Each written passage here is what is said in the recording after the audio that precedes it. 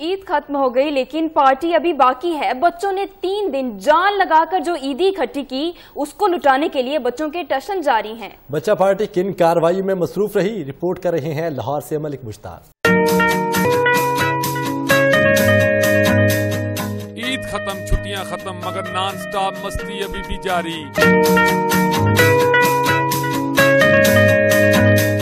दर्दों, मिन्नतों और नाज नखरों से इकट्ठी की गई ईदी है कि खत्म होने का नाम ही नहीं ले रही। बच्चा पार्टी भी थकने को तैयार नहीं। हमने जो भी ईदी जमा की थी आज इस पार्क में हमने वो खर्च की है सारी।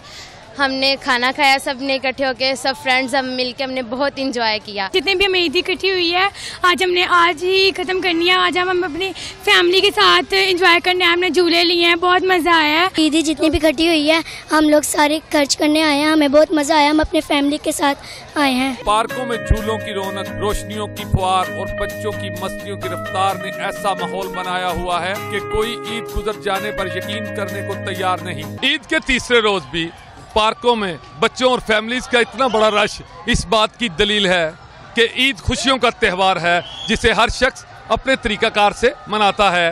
कैमरामैन शाहरुख खान के साथ मलिक मुश्ताक, 7 न्यूज़, लाहौर।